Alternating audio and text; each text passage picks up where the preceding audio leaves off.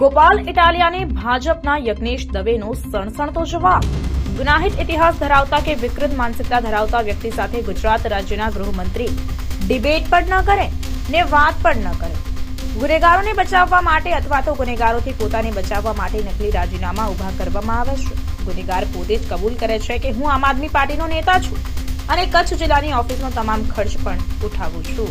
આમ આદમી પાર્ટીના નેતાઓ ગુનેગારોને બચાવવા માટે કેટલી હદે લાજવાની જગ્યાએ ગાજી રહ્યા છે।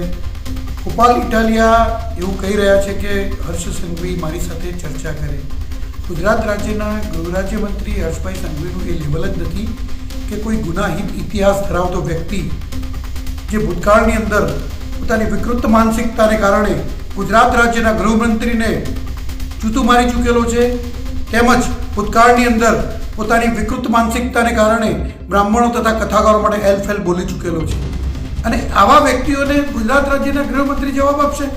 અને મારે કહેવું છે કે મહેરબાની કરીને માફમાં રહો, કારણ કે તમારો જે વ્યક્તિ પકડાયેલો છે, જે ગુનેગાર પકડાયેલો છે, પોતે કબૂલ કરે છે કે હું આમ આદમી પાર્ટીનો મહામંત્રી ચાલુ છું। ભલે તમે ખોટું રાજીનામું ઊભું કરો, કારણ કે રાજીનામું તો વ્યક્તિએ રાજી થઈને આપેલું હોય અને રાજી થઈને જ્યારે રાજીનામું આપે ને ત્યારે પોતાના ફેસબુક પેજ ઉપરથી અને પોતાના સોશિયલ મીડિયા ઉપરથી પોતાનું સ્ટેટસ હટાવી લેતો હોય છે।